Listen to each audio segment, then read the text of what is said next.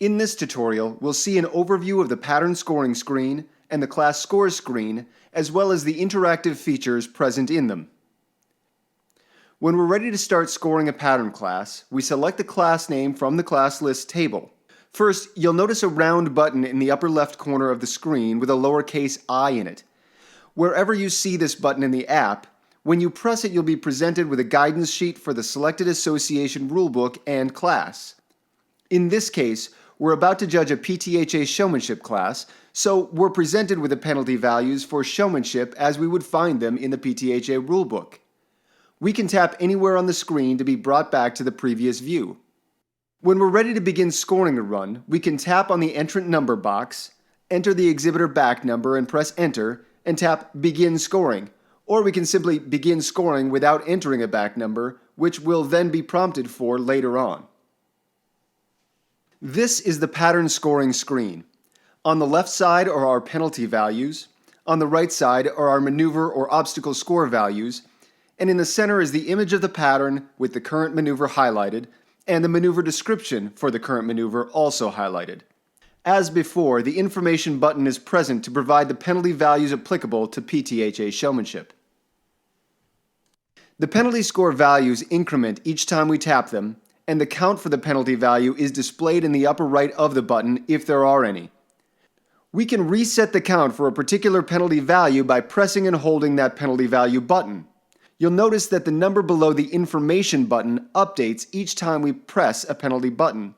That is our running score value. Display of the running score can be disabled from the settings screen, which is accessible from the app's home screen, but it is enabled by default.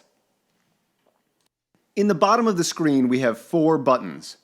The back button is pretty self-explanatory. Pressing it returns us to the previous maneuver to rescore, or if pressed from the first maneuver of a pattern, the entrant that we began scoring is erased and we can start anew. The DQ button, if pressed, prompts the scribe to enter a justification for disqualification and then immediately end scoring for that run. The penalty 0 button is intended for novice and novice youth classes, for which disqualification is prohibited. In such a case, the penalty 0 button ensures that the exhibitor will not score above an entrant without a penalty 0 ascribed. This is a toggle button that can be turned on or off and is available for every maneuver of a pattern. That means that an exhibitor with 2 penalty 0s cannot score above an individual with 1 penalty 0, etc. The button with the octothorpe is our renumber button. Pressing it provides a prompt to renumber an errant back number. Also, in the event that we started scoring the run without putting a back number in beforehand, this character will be read until we have entered a back number. The right side of the screen contains our maneuver score buttons. For classes with a maneuver score range of +3 to -3 like showmanship, horsemanship, and equitation under many breed association rulebooks, this button frame is a scroll view. For classes like trail, reining, western riding, and ranch riding that use values of +1.5 to -1.5, this frame would not scroll. By selecting the maneuver score for this maneuver, the app automatically advances to the next maneuver, highlighting the track on the image and placing the maneuver description at the top of the screen. Notice also that the penalty 0 button remains semi-highlighted to indicate that a previous maneuver has been zeroed. Again, we can select the penalty 0 button to zero the present maneuver in the event that a disqualification is not an option, but our exhibitor presented an otherwise disqualifying event. At the end of the run, for patterns needing an overall form and effectiveness score like showmanship, horsemanship, and equitation, the app will prompt for an F&E score. This score input is again restricted to the values made available in the rulebook for the selected association. We'll give this run a 1.5 and press enter. And this is our score sheet screen. As we go through a class, the screen will be populated with runs that we've seen. The upper half boxes represent the penalty score for a maneuver, and the lower represent the maneuver score. For maneuvers with a penalty 0, a large 0 is drawn over both boxes. A run with a disqualification will be indicated as such with a DQ in the offending maneuver boxes. At any point, we can revisit a particular maneuver for a run by pressing the score box associated with it. To return to the score sheet screen, press a maneuver score button. If we intend not to change the maneuver score itself, We simply select the highlighted button to confirm that the previous maneuver score is still valid. In similar fashion, pressing a back number box or an F&E box allows us to re-enter those values. We also have the ability to add freeform notes. These notes will show up in the printed version of the score sheet that the app generates for classes like showmanship, horsemanship, and equitation, for which those boxes are available in the stock score sheet. Pressing Enter dismisses the soft keyboard. By default, this screen presents by working order, as can be seen by the indicating arrow next to the working order heading. Tapping on the score heading causes the runs to be ordered by descending score, and tapping again causes them to be ordered by ascending score. By default, ties are broken by the difference in the sum penalty values in the two runs that are tied.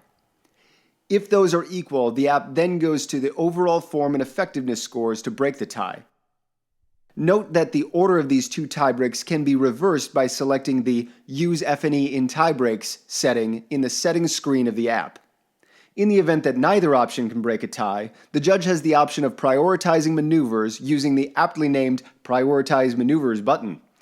This brings up an overlay with draggable numbers that allows the judge to determine first priority, second priority, etc. Once maneuver priorities have been set, they are indicated above and to the right of the maneuver heading to which they apply. These tiebreak methodologies are applied whenever the scores for the class are sorted, keeping in mind that the app will automatically place a penalty zeroed score at the bottom of the class. If we're ready to score another run for this class, selecting the Next Entrant button will take us back to the Entrant Add screen to queue up another run. For now, let's say we've completed our class and are ready to submit the score sheet. Pressing the Submit button prompts us to print directly from the tablet to an available AirPrint printer or to upload directly to the Equiscribe website.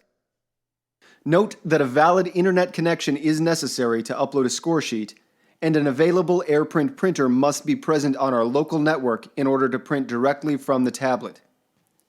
Additionally, a score sheet can be emailed, airdropped, or saved directly to PDF from the app by selecting AirPrint, pinching out to zoom on the score sheet preview, and selecting the Share button in the upper right corner of the screen. Once that's complete, pressing the Done button in the lower right corner of the score sheet screen will bring us back to the class list.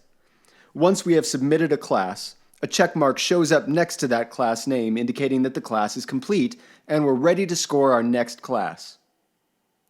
That's it for this tutorial. Find more on our YouTube channel or from the tutorials section of the Equiscribe app, which is available for iPads running iOS 10 and higher on the App Store. For more information, email us at info@equiscribe.com or find us on Facebook and Instagram at Equiscribe LLC.